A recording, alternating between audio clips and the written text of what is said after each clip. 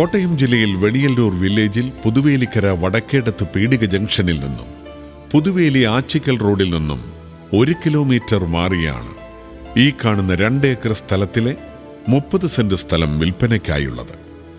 കിഴക്ക് ദർശനമുള്ള ഈ സ്ഥലം ടാർ റോഡ് ഫ്രണ്ടേജോട് കൂടിയതാണ്. ഈ സ്ഥലത്തിനടുത്തായി ടൗണിന്റെ എല്ലാ സൗകര്യങ്ങളും ലഭ്യമാണ്.